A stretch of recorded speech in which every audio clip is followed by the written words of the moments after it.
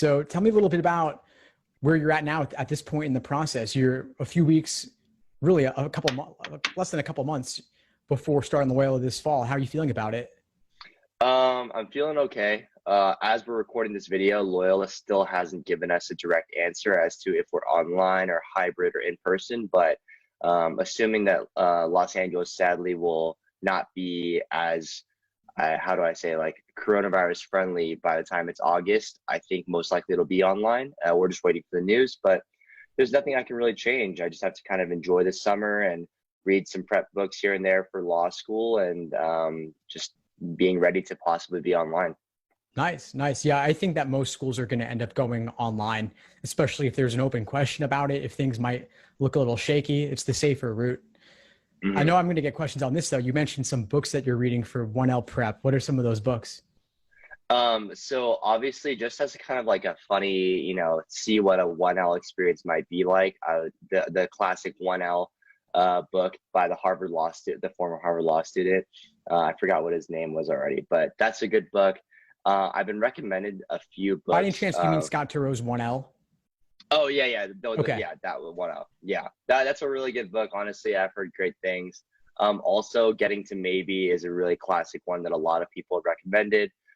Those are the two right now. I've heard about a few more, but I haven't even touched those. So we'll see about that. I think I'll start really kind of getting into those things in a few weeks because law school starts on the 17th of August for me. So I still have a little bit of time before I can really like get going. Yeah, yeah, for sure. No, it's good that you're reading a little bit about it and learning a little bit about the process and what 1L could look like. Does Mhm. Loyola tell you to do any prep in particular? Do they give you any guidelines about that, or do they leave it pretty open-ended? So Loyola Law School, I think they're going to start telling us stuff once they give us our section assignments, which is coming up on the 20th of July.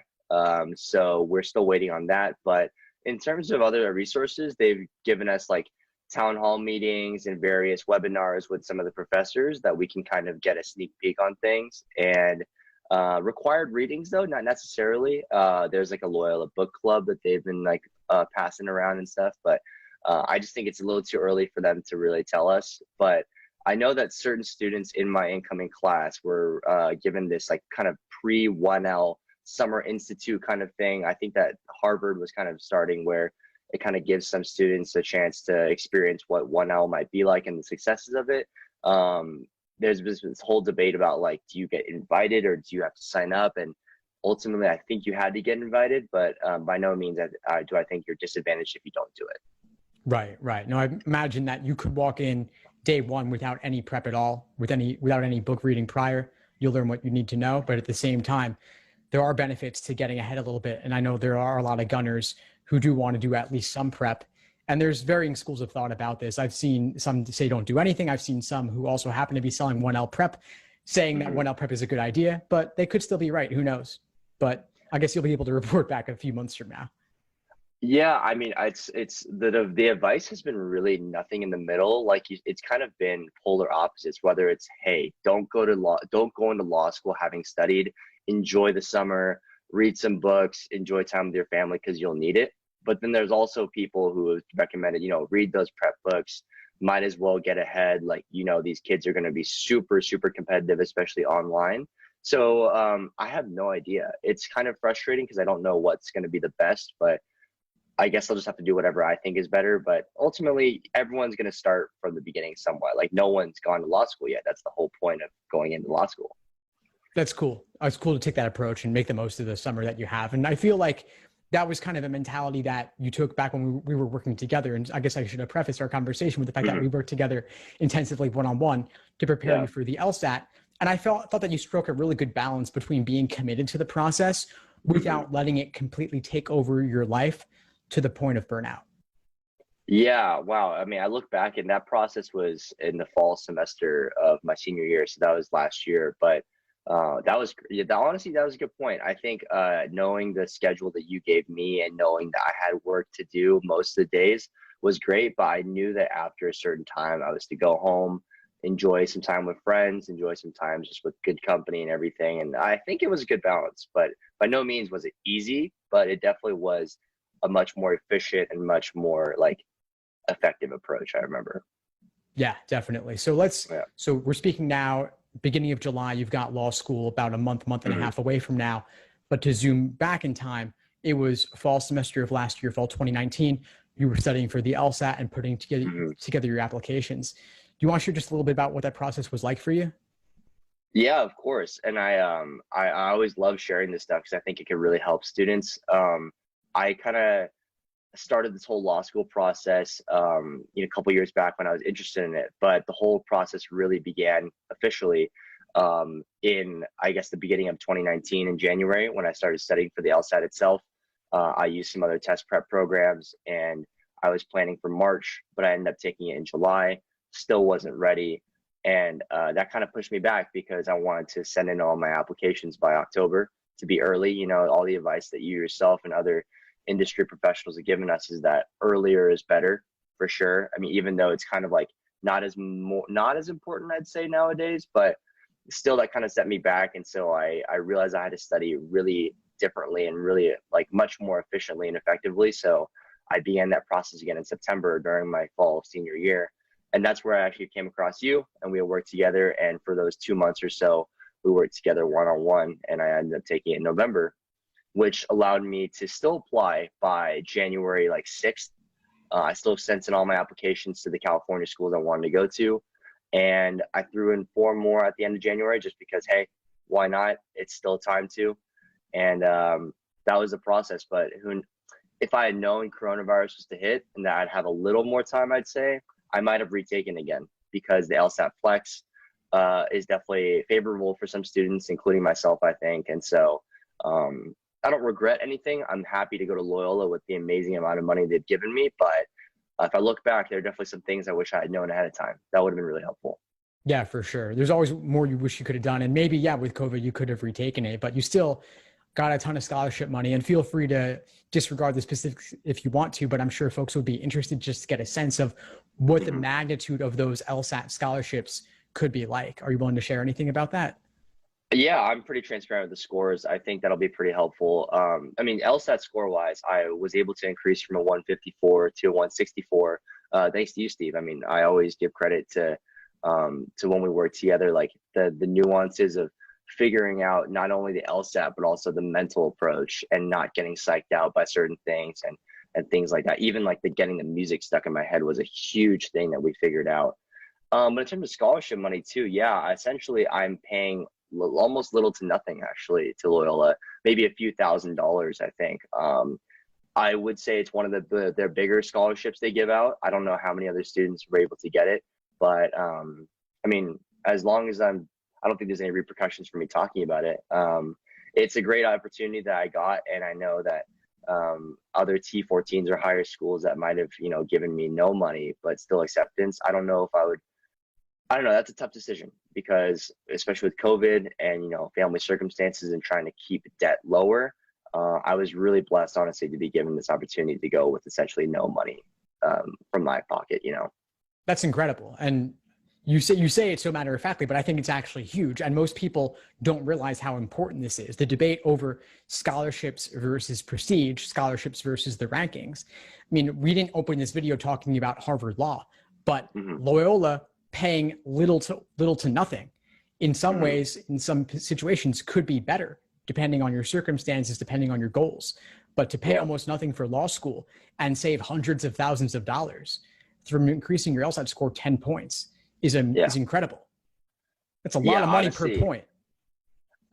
you're totally right. And I know you preach that to students that just taking the LSAT again to get that, not even to get into a higher school, but just more scholarship money is a really good thing to point out because 154 might not even have gotten me admission into Loyola, honestly. But studying a few more months and getting a 164, that not only unlocked many other schools amongst its caliber, but unlocked a lot of scholarship money. And frankly, I know that I want to practice in LA.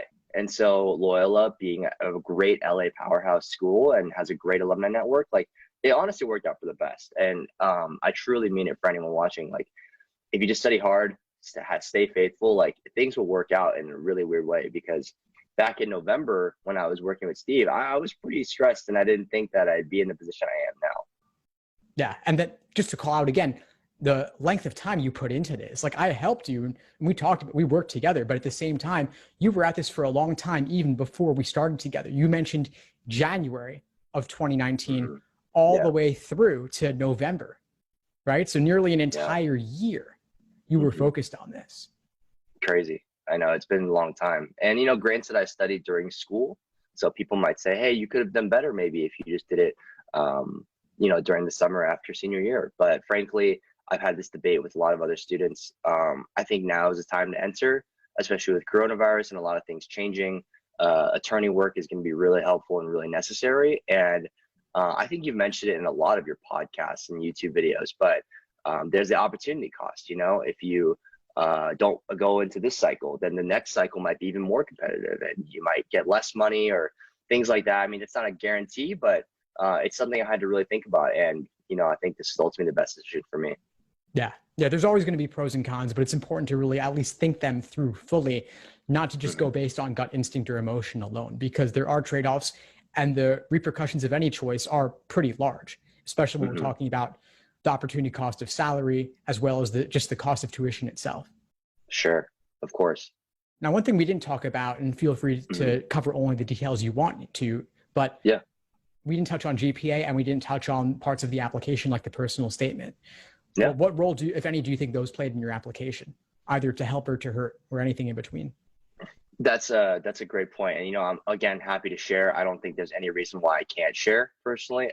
So I got a 3.73 GPA from UC Berkeley, but I think calculated through LSAC, I got a 3.74.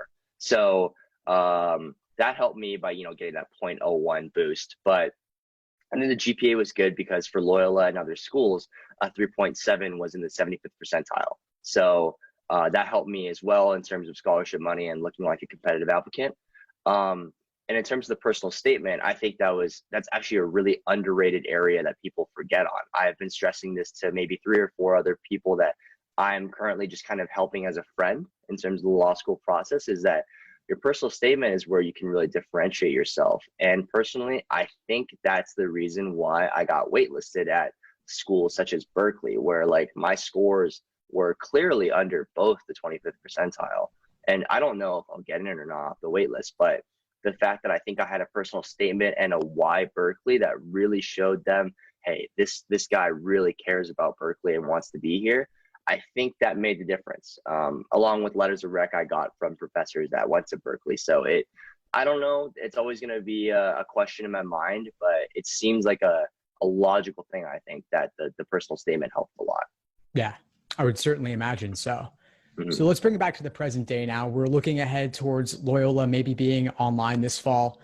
How are Mhm. you feeling about the prospect of online law school? And what have you heard about maybe the spring semester or just your experience hearing from others? So we have like a law school, or Loyola Law School kind of like class of 2023 group chat. So we're actually having these conversations every day. So I definitely have a lot to share, and I think I can kind of represent the voices of you know, maybe a few hundred students or not, but we're all pretty, you know, uncertain about things. Some of us are excited that it's going to be online because we can, you know, be safe and not have to risk ourselves to exposure from other students. A lot of us are definitely bummed that it's not going to be in person because, as anyone knows, 1L is such a social, such a vibrant experience in your law school career. But I think the overall consensus is that, including myself, is that we're all pretty bummed it's online. We want it to be in person, but we're gonna respect whatever decision Loyola makes and whatever the CDC and WHO make because they know what's best, and we need to stay healthy eventually. I mean, a lot of us are gonna live at home. I mean, I'm living at home for at least the first semester, if it's online or hybrid, because luckily I live like maybe 30, 45 minutes away. And I have, you know, parents to think about. They're in their mid 60s, and I need to make sure that they're healthy as well. Yeah, definitely. Well, it sounds like you're taking a very reasonable, prudent course of action with it. And hopefully things will improve over the next several months. And so the spring or beyond at least will be better, we'll hope. Yeah, I was in this to touch on your question of if it's going to be online spring. I mean, I have no idea, but based on my look on, you know, the CNN and like CBS and websites like that, you know, if we don't have a vaccine, I think by the spring, it's tough to say what it'll be. So I have no idea, and that's why although I wish Loyola and other schools could give an answer soon, I also respect what they're doing and don't blame them, because they themselves have no idea what to do. So it's, it's unfortunate, but you got to understand that it's a hard situation for everyone. Yeah, everyone's doing their best with imperfect information, and I'm sure they would do it in person if they thought they could. But then there would also be a massive disruption cost if they had to switch midway through. And then, of course, if someone got sick or worse, there are not only liability issues, but just basic moral issues to contend with. And so I wouldn't fault anyone for being online in this situation. I think it's probably the best course of action for all schools for this fall. Yeah, and I mean, and you've probably been following the news too, and I know you have a Facebook group too where people also post, things about latest news and stuff. There's definitely been a wave of schools that are going online, and so I wouldn't be surprised in the next weeks or so to see a trend of, okay, we're going online too, because like you said, morally and also health-wise and ethically, it'd be tough to go in person and then having someone get sick and all that stuff going on. Yeah, definitely. Yeah. Well, Kenny, this has been a blast. Anything else you want to share, advice for pre-law applicants before we wrap up this conversation? And then I'd love to do another one down the line to update folks on your law school journey. Yeah, no, I on any video you want to do, please let me know. I love these kind of things. So looking forward to that. But for anyone watching or listening, first of all, I mean, Steve's been a great resource for me. So please, have trust in him. He's pretty much dedicated his life to this, so trust in what he's saying. It really helped me. And if there's one piece of advice, it's that don't be afraid to, I'd say, retake the LSAT if you feel like you need to, because that advice for me not only got me acceptance into a school that I'm so excited to go to, but it gave me so much more scholarship money that kind of made me feel like I was in control of the process. And now I'm confident that I don't have to worry about the money when I go into school. I can worry about getting good grades, meeting great friends and colleagues, and really excelling and doing what I want to do. So, just focus on the LSAT. I think although the other parts of the application are important, like the LSAT is pretty important. So don't stress, but definitely take your time and try your best on it. Definitely, Kenny. Couldn't agree more. Well, thank you again for having this conversation with me. All the best as you start law school in August, and stay safe, and we'll do an update in a few months. Yeah, looking forward to it. Thanks, Steve. Thanks for tuning into the show. Please subscribe if you haven't done so already to be notified of new episodes as I release them. And feel free to reach out if you need anything at all as you move forward with your prep. I'm happy to help however I can. In the meantime, I'll wish you all the best and take care.